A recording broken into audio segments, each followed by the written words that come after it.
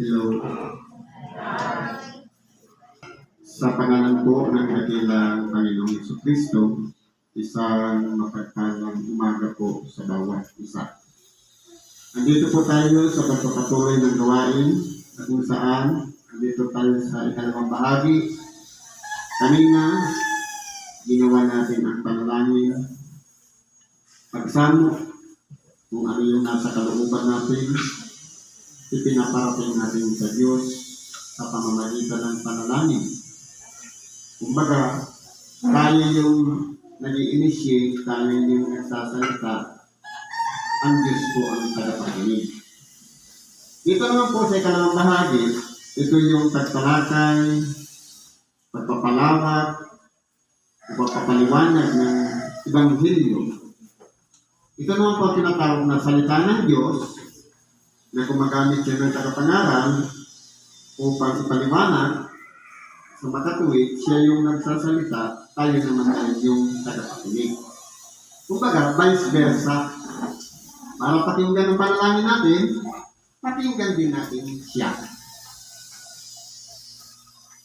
Ang una kong aralin ayon sa Ebanghelyo ni San Lucas, Kapitulo 15, versikulo 1 hanggang sa 10. Sabi dito, nagsisilapit nga sa kanya ang lahat ng mga maniningil ng buwis at makasalanan upang makinig sa kanya.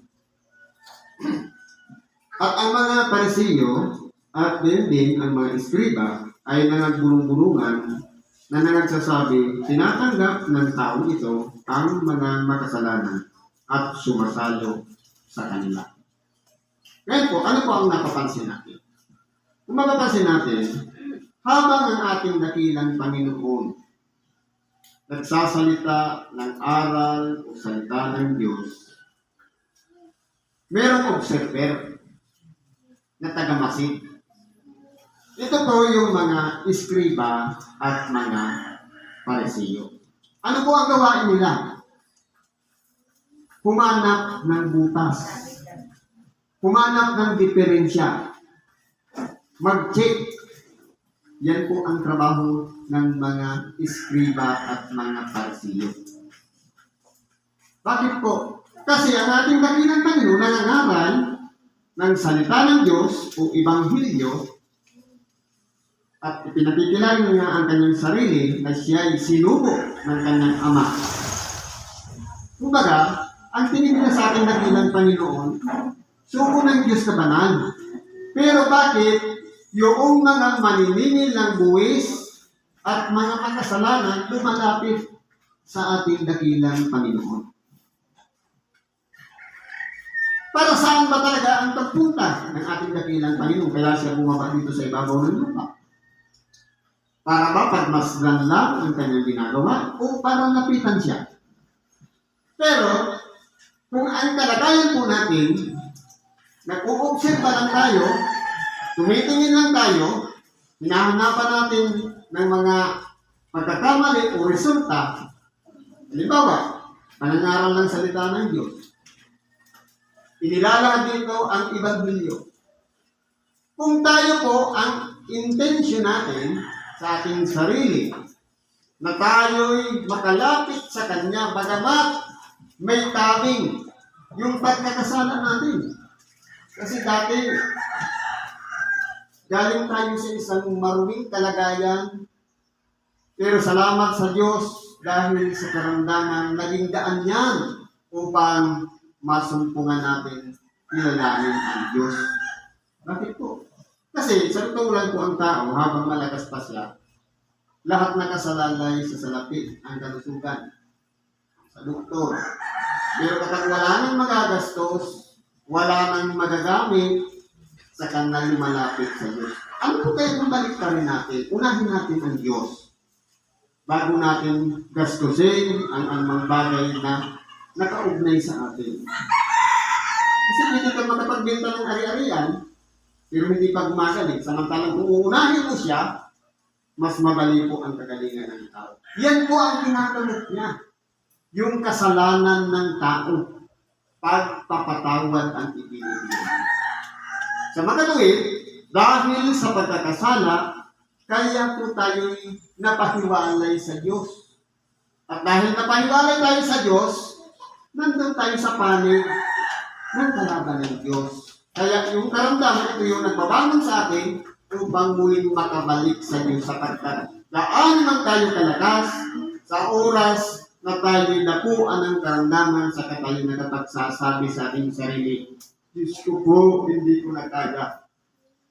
Di po ba? Ngayon, anong ipagpatuloy natin? Sabi dito. At sinalita niya sa kanila ang talinghagang ito na sinasabi, alin tao sa inyo na kung mayroong 100 tuka at mawala ang isa, sa mga yaon ay hindi iiwan ang 99 sa ilang at hahanapin ang nawala. Hanggang sa ito'y kaniyang masumpungan. At pagka nasumpungan niya ay pinapasan niya sa kanyang balikat na natutuwa. At pag-uwi niya sa tahanan ay titipunin niya ang kanyang mga kaibigan at ang kanyang mga kapitbahay na sasabihin sa kanila, makipagkatuwa kayo sa akin sapagkat nasumpungan ko ang aking tupang nawala. Ngayon po, kung mapapansin natin, idinaan ngayon ng ating dakilang Panginoon sa isang talinghaga. Ipagpalagay nga natin, isang pastor na mayroong pinangangasiwaan na 100 tupa. Hindi baga, hahanapin niya yung nawawalang isa at iiwan niya yung 99 sa karang. Ano po ba ang ibig sabihin nito? Sa bawat isa sa atin na lumapit na sa Diyos, nagpasakot na sa Diyos, kasama na po yun doon sa 99. At yung isang nawawala, importante po yun sa bilang. Diba paano ka nga kung 50 lang yung member? Paano mo hahanapin? 50% lang. 100 ang nakasulat. Hindi po pinag-uusapan dito yung number. Ang pinag-uusapan dito, yung percentage. May nawawala. Ang pinag-uusapan dito, yung puso ng isang pastor na handa niyang isakripisyo na iwanan yung 99 para hanapin yung isa. Ibig sabihin, may pag-ibig siya sa tupang na kanyang minamahal. Ibig sabihin, mayroon siyang pagpapahalaga. Kahit mag-200 man yan ang bilang o 50 man yan kung ilan man yan. Ang importante doon, mayroon ginawa yung pastor. Ito po yung tinatawag na love na mumula sa isang pusong ng isang tapat na pastor na katulad ng ating dakilang Panginoon. Anong tawag dito? Shepherd heart. Ibig sabihin, binibilang niya ang kahalagahan pantay-pantay. Paano ang problema sa tulad natin? Minsan, meron tayong kapatiran, hindi natin hinahanap kung wala siya. Pero kapag nandito na, sasabihin natin, namara-para ka. Anong ginawa dito ng pastor? Hindi bagang makipagkatuwa sa siya. Iimbitahan niya ang kanyang kapitbahay, makipagkatuwa kayo sa akin sapagkat nasumpungan ko ang tupang nawala. Hindi ba dapat ang magiging aksyon natin, hindi natin sasabihin, pag ngayon ka lang. Kundi sasabihin natin, salamat sis, salamat Brad, at nandito, active ka na muli sa pagdato sa templo. Dapat ganun ang isipan natin. Hindi yung sasabihin pa natin na parang hindi welcome, na parang bagang tingin natin sa, ba't ngayon ka lang, parang kami lang ba sasabihin? Bakit sasabihin natin na ganyan?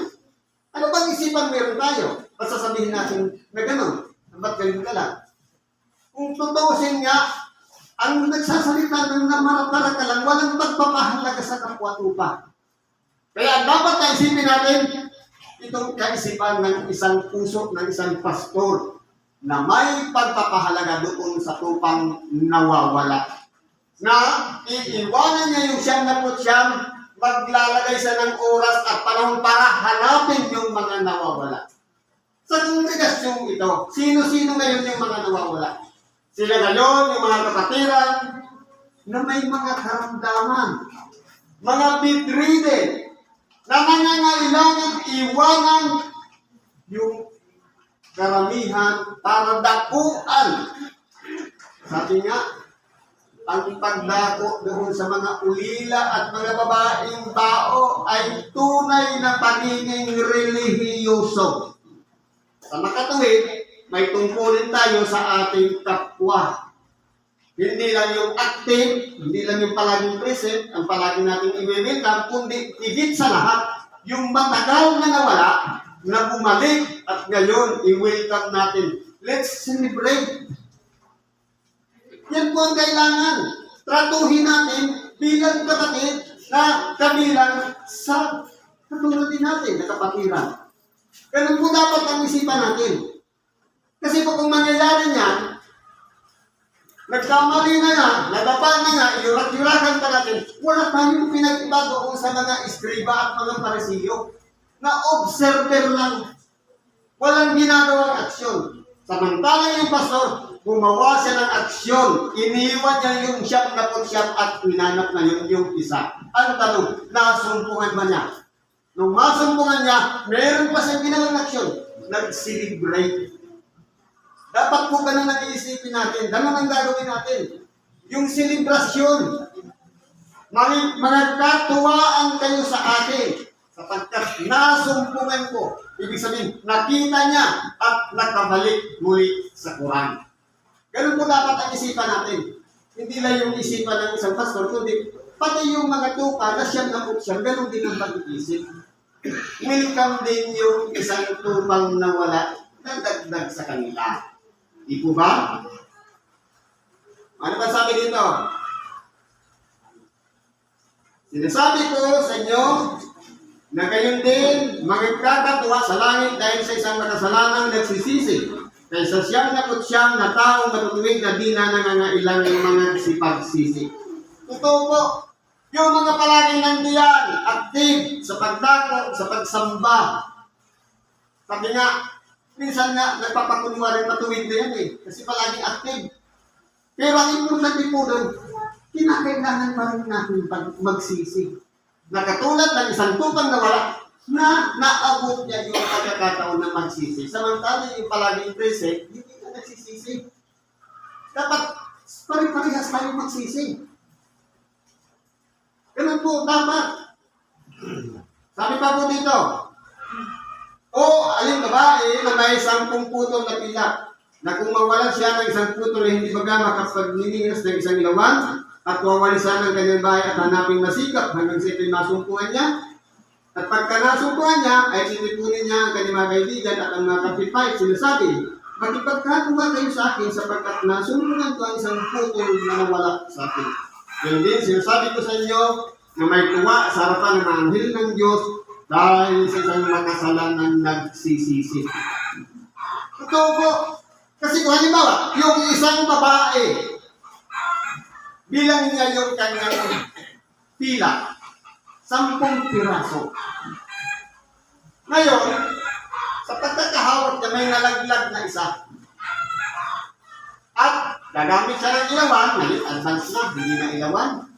May solar panel na, mayroong flashlight. Kumbaga, hindi na ilawan yung ginagamit, pero liwanag pa rin.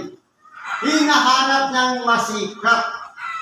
Ibig sabihin, may ginawa yung babae na sakripisyo para hanapin yung nawala. Naglaan siya ng oras sa tagahanap. Masikap, hinanap niyang masikap hanggang sa ito yung masumpungan niya. Nung makita niya, nag-celebrate na naman ulit. Sa makatuwid, kung sa grupo natin may nawala at bumalik, let's celebrate. Dahil sa langit, nagsiselebrate. Isa atin, minsan kinukutya natin. Dapat nga, gamutin natin, tulungan natin, ibangon natin. Sabi nga, katulad tayo ng isang pananim na pinakailangan pa ng sulay o brace para hindi siya matumba, hindi siya muling madapa. Yan ang pinakakailangan natin. support sa mga tao o mga kapatid natin na nangangailangan ng suporta. Nang sa ganun, maramdaman nila yung pagmamahal. Wala mang selebrasyon na kainan o katuwaan man, pero nararamdaman niya yung pagmamahal o pag-ibig natin sa kanila. Na itinuturing din natin silang mahalaga para sa atin. Kaya importante po sa atin ang Ebanghilyong ito upang may apply natin ngayon sa pang-araw-araw na pamumuhay. Kinakailangan lang ang trato natin sa ating kapwa-kapatid, walang iba. Ituring natin silang kabilang sa mga tupa na pinangangasiwaan ng ating dahilan Panginoon na nakabalik at iselebrate natin sa pamamagitan ng pagmabuting pagtrato at pagkikipag-ugnayan para sa kanila. Siguro po, nandito na lang ang pakikibahagi natin sa oras ito. Salamat sa Diyos at anuman ang ating mga kahilingan, karaingan, pagkatiwala natin sa Diyos. Salamat ni Kristo Jesus, salamat at mapagpalang umaga sa bawat isa.